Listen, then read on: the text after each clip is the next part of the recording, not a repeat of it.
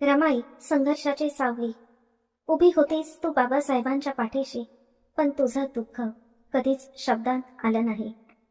घर, मुलं, आजार, दारिद्र्य, समाजाचा तिरस्कार सगळं सहन केलंस, तरी तक्रार कधीच केली नाहीस. चुलीच्या आगीत झळकणारी विचारांच्या आगीतही तितकीच पेटलेली तुझ्या शांत सहनशक्तीतूनच एक क्रांती घडत होती.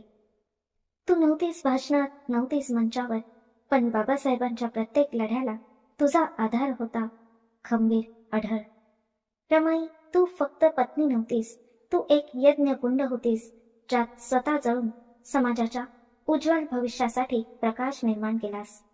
इतिहासाने तुला कमी शब्द दिले, पण सत्य आजही सांगतं. डॉक्टर बाबासाहेब आंबेडकर घडवणाऱ्या महान स्त्रीचं नाव रमाई होतं. नवकोटीची माता रमाईस जयंती दिनानिमित्त विनम्र अभिवादन.